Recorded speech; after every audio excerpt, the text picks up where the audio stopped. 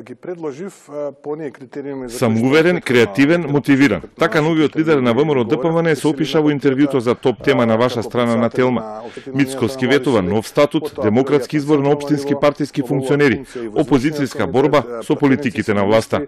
Најактуелни се преговорите за името. Тој вели дека немаат никакви информации за процесот. Но во ист контекст ја коментираше актуелната продажба на ЕДС, фирмата на вице-премиерот Андјушев, на грчката национална енергетска компанија и изјавите за името на вториот човек на владата. Некако е симптоматично сето тоа што се случува во рок од една, две седмици. Навистина не би сакал да верувам во некаква лукративност, би сакал да верувам во случајности, но знаете во политиката нема ништо случајно. Која е црвената линија? За мене представува дискутабилно какафонијата што се случува во јавноста. Да речеме, председател на собранието има еден став, пратенец има друг став, еве самите кажавте вице-премиерот изнесе став кој што вака сам по себе е дискутабилен, бидејќи во значителна мера го подрева процесот и позициите на Република Македонија, за да неколку недели потоа видиме дека Грчко електростопанство ја купува неговата фирма. Изненадувачки во новиот извршен комитет се најде место и за еден од реформаторите, натрепартиските критичари на Груевски, Костадин Богданов, сега и член на невисокото партиско тело.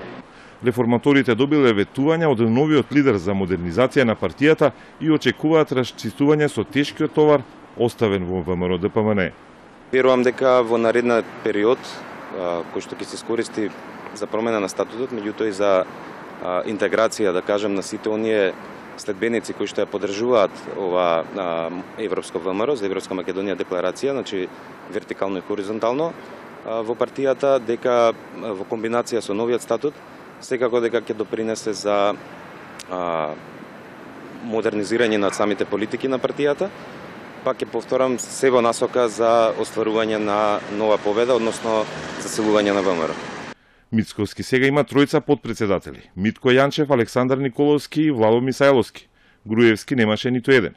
Вети дека од стариот лидер не добил никакви услови за водењето на партијата и дека се кандидирал не по налог на Груевски, туку по совет на соработници. Не сака да се споредува со екс-лидерот. Остава времето да ја направи споредбата, а тврди дека имало работи со кои не се согласувал со Груевски кога беше генерален секретар на ВМРО ДПМН. Се разбира дека политиките во периодот кој што следат треба да ја дадат конјунктурата, траекторијата вистинска во која што ќе се движам јас како председател, но и ВМРО ДПМН во целина. Да оставиме времето да покаже, па тогаш да споредуваме. Нов генерален секретар на партијата е велешанецот Игор Јанушев, кој доскоро раководеше со Скопскиот градски превоз. Во една од бомбите на СДСМ, Јане Киески, на началник на струмичката полиција, му го дава бројот на Јанушев за да обезбедат 300 лични карти за избирачи во Струмица.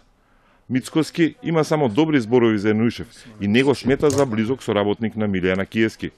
Не сум сведок на такво нешто, немам слушано такво нешто. Штета што не сме во студио да ви ја пуштев бомба да се подсетите. Штета, да, навистина, но и да има такво нешто, јас не би коментирал нелегално стекнати материјали. Игор Јанушев е близок соработник на Христијан Мицкоски. Игор Јанушев беше дел од тимот на Христијан Мицкоски во изборите од 2008 па до 2016 година, кога јас учествував и како представник во Републичкиот изборен штаб и во регионалните изборни штабови, потоа како генерален секретар господин Игор Јанушев беше дел од мојот тим, односно мој подсекретар, така што апсолутно го заслужува ова кое што мислам за кое што денеска беше изгласан. Мицкоски за Телма искоментира дека новиот закон за јазици е предложен од нечесен политичар кој знаел дека новиот закон е неуставен, неквалитетен, а ќе носи нови трошоци во имплементацијата.